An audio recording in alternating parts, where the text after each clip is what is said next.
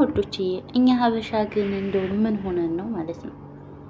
አሁን አረቦችን እዩዋቸው ማለት ነው። ይወለዳሉ፣ ማጣት ምን እንደሆነ አያውቁ፣ የሰው ፊት ምን እንደሆነ አያውቁ። በቃ መንግስታቸው ተወልደው ተተወለዱበት ሰዓት ጀምሮ ስራ እስከሚይዙ ወይም አቅመ አዳም እስከሚደርሱ ድረስ በየወሩ ለሂሊብ ለከፋዛ ብሎ ይሰጣቸዋል። ከዛም ደግሞ ይማራሉ፣ ተምረው ደግሞ ስራ ያገኛሉ። ስራ አግኝተው ደግሞ ሀይ የሆነ ደሞዝ ይከፍላቸዋል መንግስታቸው። በቃ የሰው ፊት ምን እንደሆነ አያውቁ፣ ምንም አያውቁም። በቃ እፎይ ያለው ህይወት ነው የሚኖሩት። እኛ ሀበሻሳ ግን በህፃንነታችን ወደ አረብ ሀገር እንመጣለን፣ ትምህርታችንን አቋርጠን አብዛኛው ማለት ነው። የቤተሰብ ናፍቆት አለ፣ ጩኸት አለ፣ ድካም አለ፣ ልፋት አለ። እንደዚህ ማስነን ማስነን ማስነን ማስነን ማስነን ደግሞ ያም ይቅር ይህን ሁሉ 10 ዓመት 10 ምናምን ዓመት ልጅነታችንን ጤናችንን ውበታችን ረግፎ ወላይ ነው የምላችሁ። እንደዚህ በካሜራ ስታውን ወይም እኔ ደህና ብሆን ሌሎች እህቶችን ብታው ማለት ነው ልጅ የምትይዙ ልጆች መቼም ታውቁታላችሁ። በየሞሉ በየመንደሩ ይዘዋቸው ይሄዳሉ አሰሮቻቸው። እዛ ጋር የምታገኙቸውን ሀበሾች ዋቸው። በቃ ፊታቸው ማዳት በማዳት ጉብር በጉብር እንዳለ ግልትት ተብለው ወላሂ ለአዚም ያሳዝኑ። ደግሞ እንደዚህ ጠጋ ብላችሁ ስትጠይቋቸው እኔ ከመጣው 8 ዓመቴ ነው፣ እኔ ከመጣው 6 ዓመቴ ነው፣ እኔ ከመጣው 10 ዓመቴ ነው፣ እኔ ከመጣው 12 ዓመቴ ነው ሲሏችሁ ወላሂ ነው የምላችሁ እንዴት እንደሚሰማችሁ ውስጣችሁ። እኔ ለራሴ የሚሰማኝ እንዴት እንደሚሰማኝ ውስጤ። እኔ እኮ ራሴ እኮ መሸቀል ከጀመርኩ እኮ 10 ዓመቴ ሊያልጨርስ ነው፣ 11ኛ ዓመቴ ሊይዝ ነው። ግን እንደነሱ እኮ ነኝ። ግን ሞር በቃ ከእኔ የበለጠ የእነሱን ታሪክና ህይወት ስሰማ በጣም ነው አንጀት የሚዘፈሰፈው። ወላሂ በጣም አንጀት ይዘፈሰፋል። ፊታቸው ብስቁልቁልቁልቁልቁል ብለው የእንቅልፍ ማጣቱ አይናቸው ስጥቁር ብሎ ፊታቸው ማዳት እንዳለ እኔም አለኝ፣ ጉብርም መዳትም አለኝ። እኔም ያው ይሄ ካሜራውን ትንሰል የሚለው ነው እንጂ እኔም እንደነሱ ነኝ። ምንም ግን በቃ የኔ አይታየኝም። የእነሱን ሲያወሩኝ ሞል ወይም ልጆች መጫወቻ ቦታ ልጆቹን ይዤ ሄጄ እዛ ጋር ሳገኛቸው ሲያወሩኝ አንዳንድ እህቶች እንዲሁም ደግሞ መንደር ይዘውኝ ሂደው አሰሮቼ እነዛን ሲያወሩኝ አንዳንድ ልጆች ማለት ነው እንዴት አንጀቴ ውስጥ እንደሚል ወላሂ ለአዚም ያ አላህ ያ ረቢ የረዛቅ የጀባር እንዲሁ ምን ነው እኛን ካበሻ ብቻ እንዲሁ በሰው ሀገር እንዲሁ ተንከራተን እንዲሁ እድሜ ልካችንን እንዲሁ እንደዚህ እንድንሆን አደረገን። አሁን አረቦች የምታዋቸው ደከመ ብትሏቸው አያውቁ፣ ስራ ይሰሩ የድካምን ልክ አያውቁት፣ ቸገረን ብትሏቸው አያውቁ፣ የችግርን ልክ አያውቁት፣ ቤተሰብ ናፈቀን ብትሉ የቤተሰብ ናፍቆትን አያውቁ፣ ከቤተሰቦቻቸው ተነጥለው አያውቁ። እነሱ እኮ ምንም የሚያውቁን ነገር የለም። ስራ አያውቁ። በቃ ትምህርት ተማሩ፣ ጥሩ መንግስት አላቸው። እስከ ተምረውም ደግሞ ትንሽ ነፍስ እስከሚያውቁ ድረስ መንግስት ብር ይሰጣቸዋል። 1000 2000 ድርሃም ይሰጣቸዋል። ለወተት ለምናምን እያለ ማለት ነው ይሰጣቸዋል። ከዛም ደግሞ ተማሩ። በቃ በችግር አይማሩ። ቸግሯቸው አተው ተንገላተው አይማሩ። ቤተሰቦቻቸው ሀብታም ናቸው። ደብተር በምን ይገዛ፣ እስክሪብቶ በምን ይገዛ፣ ልብስ በምን ይገዛ ብለው አይጨነቁ። ሱብሃንአላህ ወላሂ ለአዚም ምንንም አያውቁትም። በቃ ይማራሉ። ተምረውም ደግሞ ደህነኛ ስራ ነው የሚገቡት። ደሞዛቸው እንዲሁ ሀይ ያለ ደሞዝ ነው የሚከፍላቸው መንግስታቸው። ከዛ በኋላ ይወልዳሉ። በቃ ልጆቻቸው አያስቸግሯቸው። ልጆቻቸውን በሰራተኛ ያሳድጋሉ። ድካምን አያውቁት፣ ራብን አያውቁት፣ ጥማትን አያውቁት፣ ናፍቆትን አያውቁት። በቃ እፎይ ያለ ህይወት። እኛ ሀበሻ ግን እንደው እንዴት ተንከራተትን ሀገር ላገር።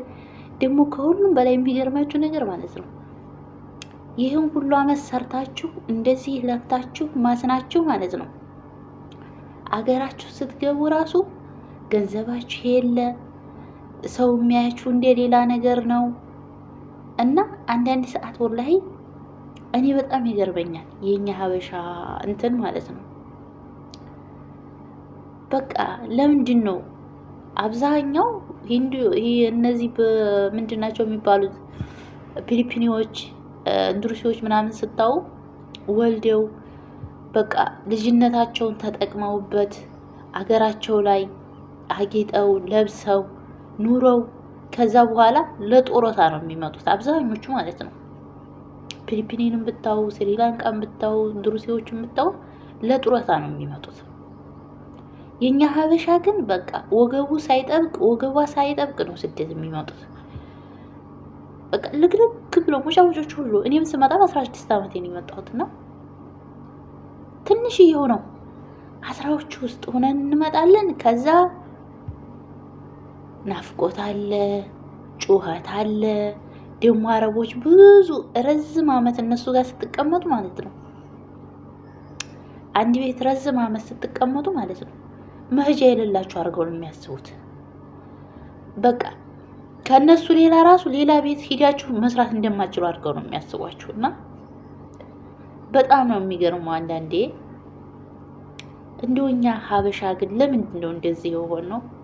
ማለቴ ለምን? በጣም ነው የሚገርመኝ ወላሂ በጣም ይገርመኛል አንዳንድ ሰዓት ሳስበው። እኛ ሀበሻ ብቻ ነን በቃ እኛ ሀበሻ ብቻ ነን፣ እኛ ሀበሻዎች ብቻ ነን እንዳለ እንግልት ብለን ራሳችንን ጥለን ለቤተሰብ ህይወትን ኑረን ዙረን አገራችን እንደዚህ ተንገላተን። የሚያሳዝነው ነገር ሀገር ስንገባ እንኳን ማለት ነው ቤተሰብ አይረዳችሁ፣ ጓደኛ የላችሁ፣ ዘመድ የላችሁ። እጃችሁ ሲያቆም በቃ ማንም ሰው ተጎናችሁ ይሄ ነው የሚላችሁ ሰው የለም። ወላሂ ነው የምላችሁ፣ ይሄ ነው ብሎ የሚላችሁ ሰው የለም።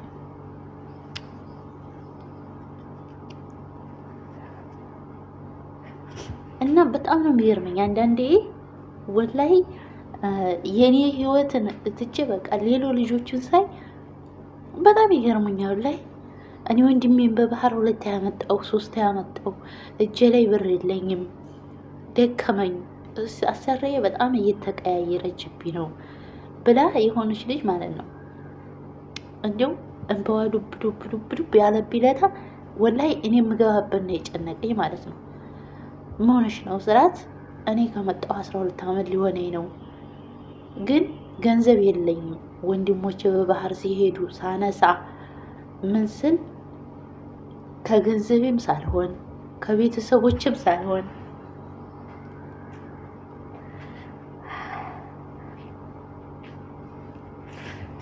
ይቅርታ ማልቀስ አልፈልግም፣ ግን ልጅቷን ሳስብ ማለት ነው እንባዬ ነው የሚመጣውና በጣም ነው ያሳዘነችኝ ወላሂ። በቃ ቤተሰቦችም ሀታ ተጠፋ እንኳን አለ የት ነሽ እንኳን ብለው አይደውሉልኝም ማለት ሱብሃንአላህ። ገንዘብም የለኝም እዚህም ደግሞ አሰሪዬ በቃ ሌላ ቤት እንኳን ተቀጥሬ የምሰራ አይመስላትም ማለች። እንደፈለገች ጤቋን ነው የምትጫወትብኝ ስትለኝ ወላይ እንዴት ወዴ እንዳሳዘነችኝ ፊቷ ስታዩት ማለት ነው እንዳለ በቃ ጥቁርቁር ብላለች። ማዳቱ ጉብሩ ወላሂ እንዴት አንጀቴን እንደበላችኝ ማለት ነው። እንዴት አንጀቴን እንደበላችኝ። ከዛ በቃ አይዞሽ አብሽሪ ምናምን ብዬ ልጆቹ ሀዱብኝ እያካርኩኝ ማለት ነው። እና እንዴት እንዳሳዘነችኝ የኛ የሀበሻ ህይወት እኔ እንጃ ለምንድን ነው ብዬ እምላለሁ አንዳንድ ሰዓት። በቃ እኛ ከሌላው ዜጋ ከሌላው ከዓለም ሀገራቶች የኛ ለየት ያለ ይመስለኛል ሳስበው ማለት ነው። ለየት ያለ ይመስለናል። በቃ ለየት ያለ ነው ብዬ የማስበው። ለራሳችን ህይወታችን አንኖርም፣ ለሰው ነው የምንኖረው። ምሳሌ ለቤተሰብ ብዙ ጊዜ ለቤተሰብ በቃ ለወንድም ለእህት። አሁን እሷ ስንቴ ነው በወንድሞቿን በባህር ያነሳችው? እንደዛ ስለሆንኩ ነው አለ ገንዘብ ስለሌለኝ አለች።